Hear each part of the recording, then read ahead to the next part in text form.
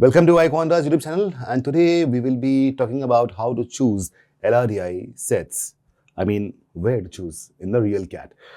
तो प्रॉब्लम ये है लोगों की कि यार LRDI बहुत डिफिकल्ट टॉपिक है और मैं खुद मानता हूँ कि हाँ डिफिकल्ट मतलब डिफिकल्ट सेक्शन है। टॉपिक्स भी काफ़ी डिफिकल्ट होते हैं, हमें करना क्या है पता नहीं है। डिफिकल्ट क्यों है पहले ये समझते हैं, क्योंकि जैसे क्वांट है, क्वांट में ठीक है आपने अरिथमेटिक तो पढ़ा है बचपन में, परसेंटेज रेशियो सब नहीं पढ़ा है, अलजेब्रा भी काफ़ी हद तक लोगों ने पढ़ा होता है।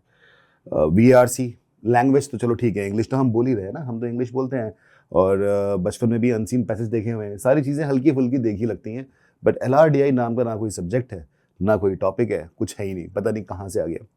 तो जो लोग बचपन से कुछ पजल सॉल्व करते हैं, सुडोकू सॉल्व करते हैं, क्रॉसवर्ड सॉल्व करते हैं, चेस खेलते हैं, ऐसी चीज़ें जो कार्ड्स के गेम में इंटरेस्ट रखते हैं, तो इन लोगों को हल्का सा लॉजिकल एक्यूमेंट डेवलप होता है। लेकिन जो हमारा पढ़ाई का सिस्टम है बचपन से लेके 12th तक या इवन कॉलेज में भी, हमें इतना टाइम मिलता नहीं है, बहुत कॉम्पिटिटिव एनवायरनमेंट है, इतना टाइम मिलना बहुत मुश्किल है आजकल किसी को कि वो पजल सॉल्व करता रहे। बहुत शौक है तभी करेगा, अदरवाइज नहीं करेगा। तो इन दी एंड कैट में एकदम से LRDI आता है, सोचते हैं यार करा क्या जाए इसके अंदर, लॉजिकल रीजनिंग, डेटा इंटरप्रिटेशन, नाम ही इतना क्लासिक है ना, डेटा इंटरप्रिटेशन, ऐसा लगता है कोई साइंटिस्ट बैठा हुआ है। तो इस चीज़ के लिए आज बताऊंगा मैं कि जो कैट होने वाला है अभी कैट 25 30 नवंबर को है, तो उस दिन ऐसा ना हो जाए कि आप सोचो करेंगे यार समझ ही नहीं आ रहा। तो कम से कम 2 सेट सॉल्व कैसे करने हैं और कैसे चूज करने हैं ये बताऊंगा मैं आपको आज। ठीक है, चलो शुरू करते हैं। How to pick 2 LRDI sets in CAT mocks. ये मॉक्स हो या रियल कैट हो, सब पे है। ठीक है। अच्छा एक बात और, ये चीज उन्हीं को काम आएगी जिन लोगों ने कम से कम 100 सेट्स LRDI के पहले से सॉल्व कर रखे हैं। और मैं मानता हूँ कि जो भी इस वीडियो देख रहे होंगे, अगर वो 25 कैट 25 को एम कर रहे हैं तो उन्होंने 100 सेट्स तो सॉल्व कर ही लिए होंगे, 200 भी कर लिए होंगे, क्या पता, क्लास मिला के या प्रैक्टिस मिला के। ठीक है, पहला स्टेप है स्कैन द पेपर। अब स्कैन का मतलब, तो स्कैन कैसे करेंगे, अब स्कैनर तो है नहीं आपके पास तो स्कैन करने के लिए हमें ना, जैसे 5 सेट्स थे लास्ट ईयर, तो इस बार भी शायद 5 ही सेट आएंगे, जिनमें से 2 सेट्स में 5 क्वेश्चन सीज थे और 3 में 4 क्वेश्चन सीज थे। तो ये पूरा जो इतने सारे क्वेश्चंस हैं, ये स्कैन करने में अगर बैठ जाए कोई बंदा तो 5-10 मिनट वहीं लगा देगा, और ऐसा नहीं करना है। तो अगर आप क्वेश्चन की पहली 2 लाइन पढ़ो और उसमें आप शायद 1 ही मिनट लगाएं, तो ये करने से भी पता चलेगा नहीं कि एग्जैक्टली करना है क्या है, कि ये सेट करना है कि नहीं करना है, क्योंकि 2 लाइन पढ़ के समझ में आएगा नहीं, पूरा पढ़ने का टाइम नहीं है, तो अल्टीमेटली करें क्या। तो यहाँ पे बात आती है फेमिलियरिटी की। तो जिन लोगों ने तकरीबन 200 सेट्स कर लिए होंगे, 100 सेट्स कर लिए होंगे, उनको फेमिलियरिटी आ गया होगा कि इस तरह के सेट्स में बेटर सॉल्व करता हूँ। अब कोई भी सेट सॉल्वेबल है कि नहीं, 2 बातों पर डिपेंड करता है। पहला ये कि वो किस टॉपिक का सेट है, दूसरा उसके क्वेश्चंस किस तरह से फ्रेम किए गए हैं। तो स्कैनिंग करते टाइम सबसे पहले आपको देखना ये है कि ये सेट किस टॉपिक को बिलोंग करता है। तो मैंने एक लिस्ट बना रखी है, उस लिस्ट में बताया मैंने कि कौन से टॉपिक्स की आने की प्रोबेबिलिटी हाई है, किसकी मीडियम है, किसकी लो है। तो उस हिसाब से मालूम पड़ जाएगा आपको कि प्रोबेबिलिटी हाई है, इसका मतलब ये नहीं कि वो आसान भी होगा। दूसरा, कौन सा डिफिकल्ट है, कौन सा डुएबल है, ये भी समझना जरूरी है। तो जो सेट्स, इस जो टेबल बनाऊंगा मैं दिखाऊंगा, उसके हिसाब से आप शुरुआत में पढ़ेंगे तो आपको हार्डली 2 मिनट लगेगा समझने में कौन सा सेट पहले करना है, कौन सा बाद में करना है। यहाँ हम 2 सेट्स की बात कर रहे हैं। Step 2, decide the order of priority in which you will attempt the paper, B it mock और बी इट रियल कैट।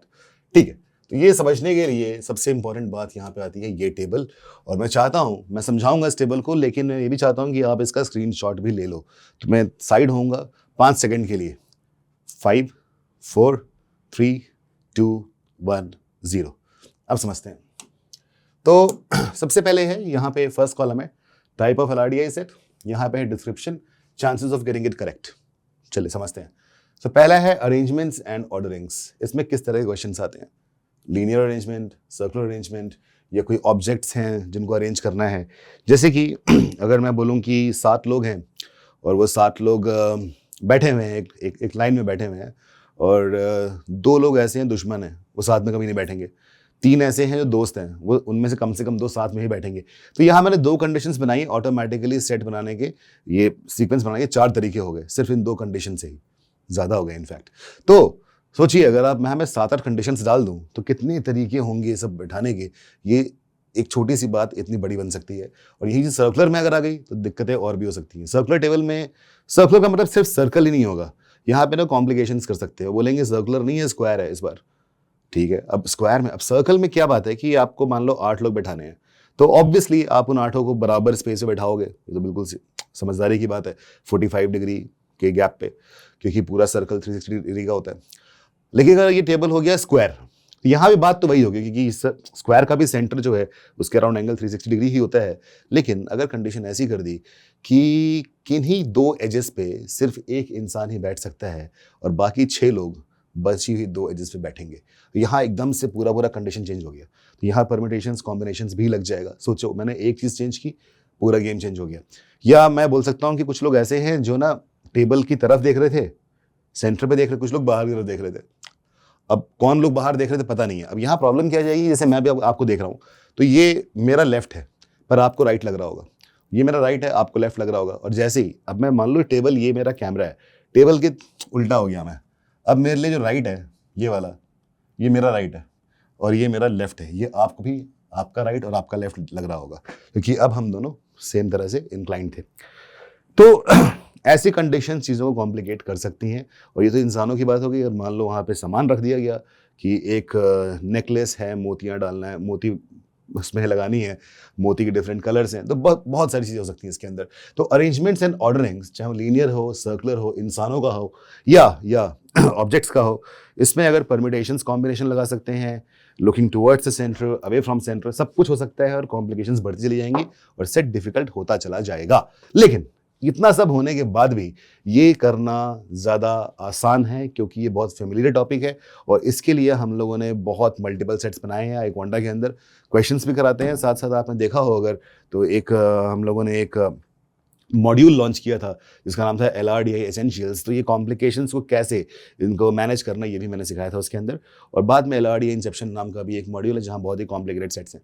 ठीक है, तो ये आपको करना चाहिए और इसके सही होने के चांसेस बहुत हाई हैं और इसके पेपर में आने के चांसेस भी बहुत हाई हैं। दूसरा, Venn diagrams and set theory.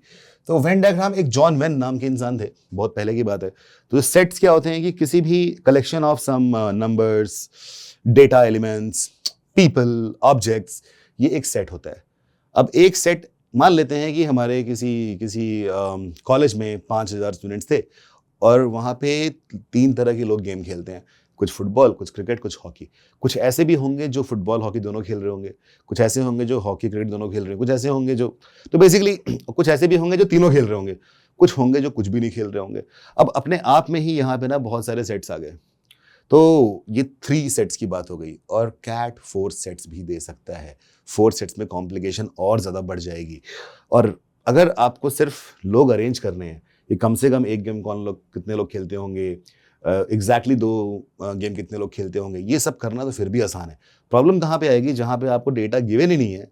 कुछ डेटा गिवन है ऑब्वियसली कि टोटल कितने लोग हैं, बाकी जो चीज़ें हैं वो सारी वो ना यहाँ पे मिक्सिंग कर सकते हैं टॉपिक्स का, मतलब इसमें वो कॉन्ट डाल देंगे। तो ऐसा कुछ कर देंगे कि इक्वेशंस बन जाएंगी, बोल देंगे ऐसा है कि देखो भाई, जो लोग 3 गेम खेलते थे और जो कुछ नहीं खेलते उनका रेशियो 2:3 है। तो यहाँ पे ना क्वांट बेस्ड सेट भी हो सकते हैं। तो वेन डायग्राम में होता है। और वेन डायग्राम ऑप्टिमाइजेशन एक चीज़ ऐसी है जहाँ पे हमें मैथमेटिक्स यूज़ करनी पड़ती है। इस चीज़ को सही करने के चांसेस मीडियम है। अगर चांसेस मीडियम है मतलब ये नहीं कि नहीं करना आपको, हो सकता है कि आप लोगों ने किसी, मतलब ये इंडिविजुअल बात है कि किसी ने वेन डायग्राम में एकदम कोई मास्टर बन चुका है, एक्सपर्ट हो चुका है, तो वो अलग बात हो गई। लेकिन इसके फिर भी अगर ऑप्टिमाइजेशन बेस्ड सेट है, वेन डायग्राम ऑप्टिमाइजेशन, तो चांसेस मीडियम होते हैं, सही करने के हाई नहीं होते। और इस चीज़ के आने के चांसेस रियल कैट में हाई हैं। ठीक है, अब बढ़ते हैं आगे। टेबल्स विद कंडीशंस, जो कि डेटा इंटरप्रिटेशन का पार्ट है। यहाँ पे डेटा आपको कॉन्स्ट्रेंट्स के फॉर्म में दिया होगा और इसमें कई बार, मतलब maximum time, in fact almost all the times you have to calculate something. इसके आने के चांसेस भी हाई हैं, सही होने के चांसेस भी हाई हैं, प्रोवाइडेड हम ये मान के चल रहे हैं, मैं मान के चल रहा हूँ कि आपकी मैथमेटिक्स एटलीस्ट कैलकुलेशन लेवल पे, परसेंटेज रेशियोज लेवल पे, जो बेसिक अरिथमेटिक है वो स्ट्रांग है, तभी ये बात सही होगी। अब आते हैं नेक्स्ट पे, games and tournaments. Games and tournament एक ऐसा टॉपिक है जहाँ ना मैं पिछले पढ़ाते 11 साल हो गए मेरे को, और सबसे ज़्यादा लोग मेरे को पूछते यही हैं कि सर गेम्स टूर्नामेंट समझ नहीं आ रहा, या गेम्स एंड टूर्नामेंट है समझ में तो आ रहा है लेकिन जब हम क्वेश्चन कर रहे हैं तो क्वेश्चन सॉल्व नहीं हो पा रहा।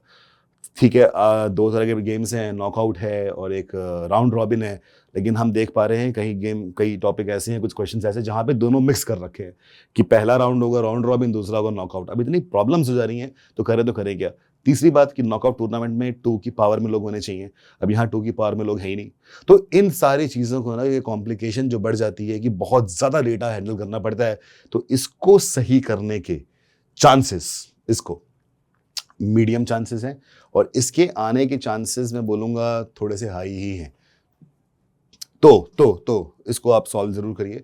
फिर आता है ग्राफ्स तो ऑब्वियसली इसके हाई चांसेस हैं, ये तो आएगा ही आएगा। बार चार्ट के फॉर्म में आ सकता है, बार ग्राफ के फॉर्म में, लाइन ग्राफ के फॉर्म में, पाई चार्ट के फॉर्म में। ये डीआई के क्वेश्चंस हैं। तो डेटा इंटरप्रिटेशन के आप मान लो जो 5 सेट टोटल होंगे, उनमें से डीआई के 1 या 2 सेट्स होंगे, तो वो ऐसे ही होंगे। तो इसके चांसेस बहुत हाई है आने के, और सही करने के चांसेस डिपेंड करते हैं इस बात पे कि आप कैलकुलेशन कितना अच्छा करते हो और कितने सेट्स आपने डीआई के लगा रखे हैं। मेरे हिसाब से अगर आपने 100 सेट डीआई के सिर्फ इसके लगा दिए, बार, लाइन और पाई के, तो ये आपको करना ही चाहिए। ठीक है, आगे बढ़ते हैं। केसलेट्स, कंडीशनल लॉजिक। यहाँ पे जो डेटा होता है वो किसी ग्राफ के फॉर्म में नहीं होता, किसी टेबल के फॉर्म में नहीं होता, एक पैराग्राफ के फॉर्म में होता है। तो जैसे कि मान लेते हैं कि एक आदमी कहीं गया था, उसने देखा वहाँ पे 100 लोग हैं, और वो 100 लोग में आधे लोग ऐसे हैं जो बाइसिकल पे घूमते हैं, आधे जॉगिंग करते हैं। फिर जो जॉगिंग करते हैं उनमें से मेल्स और फीमेल्स का रेशियो इतना था, फीमेल्स के अंदर जो माइनर फीमेल्स थी अंडर 18 उनका, और ओवर 18 रेशियो इतना। ये सारी बातें जब पैराग्राफ में लिखी हो तो ये बन जाता है केसलेट, और ये करना चाहिए, ये आसान होता है और इसके चांसेस बहुत हाई होते हैं। फिर डिस्ट्रीब्यूशन एंड मैचिंग, यहाँ पे असाइनिंग आइटम्स टू और people two groups based on specific constraints, इसको सही करने के चांसेस मीडियम है। क्यों? हालांकि इसकी फैमिलियरिटी बहुत हाई है। मतलब जब भी कोई बंदा LRDI पढ़ना शुरू करता है, सबसे पहले वो अरेंजमेंट्स और डिस्ट्रीब्यूशन को ही देख रहा होता है। बहुत पहले की बात है, आइंस्टाइन थे, तो आइंस्टाइन ने एक पजल बनाया था। वो पजल डिस्ट्रीब्यूशन बेस्ड पजल था, और ऐसा बोलते थे कि उस पजल को सॉल्व करने वाले दुनिया में 1 या 2% लोग ही हैं, और सच में ऐसा ही हुआ था। लेकिन आज के टाइम पे मैंने देखा है कि पजल अगर मैं किसी को दूं तो 10% लोग सॉल्व कर लेंगे। 2 रीज़न है, या तो बहुत पढ़ाई कर ली हम लोगों ने, एजुकेशन सिस्टम हमारा डेवलप हुआ है, ऑब्वियसली हुआ है, या इंसानों का IQ बढ़ गया है, पता नहीं क्या सच्चाई है। लेकिन अगर आपने सेट किया है सॉल्व आइंस्टाइन्स पजल, तो बताना कमेंट में मेरे को, नहीं किया है तो करके बताना कि कैसा लगा। तो वहाँ पे क्या, कुछ 5-6 लोग थे, वो अलग अलग कंट्री से बिलोंग करते थे, वो जिस बिल्डिंग में रह रहे थे उस बिल्डिंग के कलर्स अलग अलग थे, तो कलर का प्रेफरेंस, उनकी कंट्री का, कहाँ से नेशनैलिटी, ये सारी बातों को ना मिला जुला के डिस्ट्रीब्यूशन बेस्ड पजल बनाया गया था। ठीक है, रूट्स एंड नेटवर्क्स, इसमें क्या है कि इसकी जो आने के सही होने चांसेस मीडियम है। क्यों मीडियम, बताता हूँ मैं आपको। कि जैसे मान लेते हैं कि एक सिटी है, और उस सिटी में ट्रैफिक को कंट्रोल करने की एक प्रॉब्लम है। ये प्रॉब्लम रूट्स एंड नेटवर्क में ही आएगी। जैसे उस पूरी सिटी के अंदर लेट से 5 सर्कल थे, और उन 5 सर्कल में 4 सर्कल पे 4 तरह से रास्ते आ रहे थे, और 5वें पे सिर्फ 3 ही रास्ते आ रहे थे। वो टी पॉइंट बन रहा था, तो अपने आप में काफ़ी कंफ्यूजिंग हो गया। अब वो कौन सा सर्कल है पता नहीं है हमें। अच्छा, उस रास्ते के बगल में कहीं पार्क है, कहीं हॉस्पिटल है, कहीं रेजिडेंशियल एरिया है, कहीं ऑफिसेज हैं। तो इन सारी चीज़ों को जब बनाते हैं, जब मैपिंग करते हैं, ये एक चीज़ हो गई, ये एक एग्जाम्पल हो गया। ऐसे और भी एग्जाम्पल हैं कि मान लेते हैं किसी कंपनी के अंदर कोई मैन्युफैक्चरिंग यूनिट है, लाइन प्रोसेसिंग चल रहा है। मान लो आपकी लेट्स से मिनिमलिस्ट एक कंपनी है जो कॉस्मेटिक्स बनाती है, उसका कोई केस स्टडी कर दिया, और वो बना दिया रूट्स एंड नेटवर्क्स की। मान लेते हैं पहले उन्होंने सोर्स किया, उन्हें सपोज बनाना है salicylic acid cleanser. Salicylic acid जो सोर्स करते हैं वो स्विट्जरलैंड या जर्मनी से कहीं से करते हैं। वहाँ से यहाँ तक, राजस्थान में है उनका कारखाना, वहाँ से यहाँ तक आने में कितने रूट्स हैं, शिप से आएगा, प्लेन से आएगा, ये होगा वो होगा, बीच में रुकावटें आएंगी। ये अपने आप में रूट्स नेटवर्क का एक चार्ट बन गया। हो सकता है कारखाने के अंदर बन सकता है ये सेट बन सकता है कि वहाँ पे पहले उन्होंने वो केमिकल को प्योरीफाई करा, एक मशीन थी, फिर वो केमिकल कहीं और गया, फिर किसी चीज़ की मिक्सिंग हुई, फिर ऑप्टिमम टेम्परेचर था, फिर बॉटलिंग हुई, पैकेजिंग हुई। इन सारी बातों में जो एक के बाद एक जो स्टेजेस हैं, ये सब के सब रूट्स एंड नेटवर्क्स के केस ऐसे होते हैं, और यहाँ कंफ्यूज होने की चांसेस बहुत हाई है। इसीलिए इसको सही करने के चांसेस बहुत ही मीडियम है। लेकिन ये काफ़ी फैमिली टॉपिक होता है लोगों के लिए।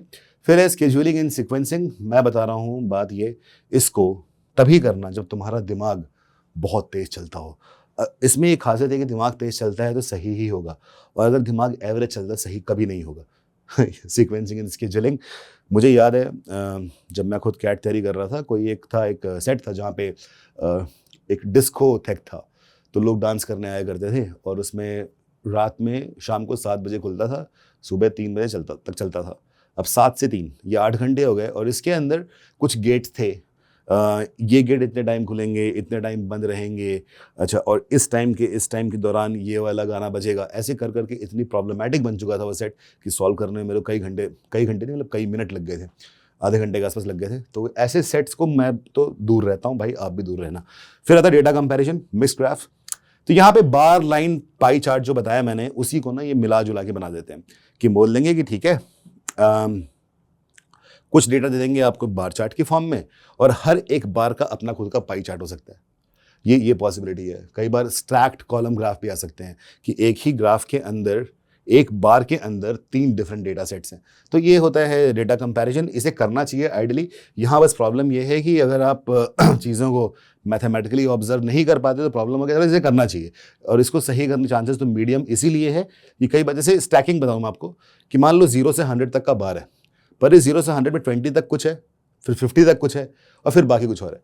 तो अगर बोलूँगा कि 50 तक जो मिडिल बार है वो कितना है, लोग सोचेंगे 50 है, यही गलत हो जाएगा। तो एक्चुअली 50 - 20 30 है। तो ये प्रॉब्लम्स वहाँ पे होती हैं, इसलिए थोड़ा सा अवॉइड करो, लेकिन फिर भी ये करना चाहिए। फिर आता है math based DI, involves mathematical calculations like percentage ratio.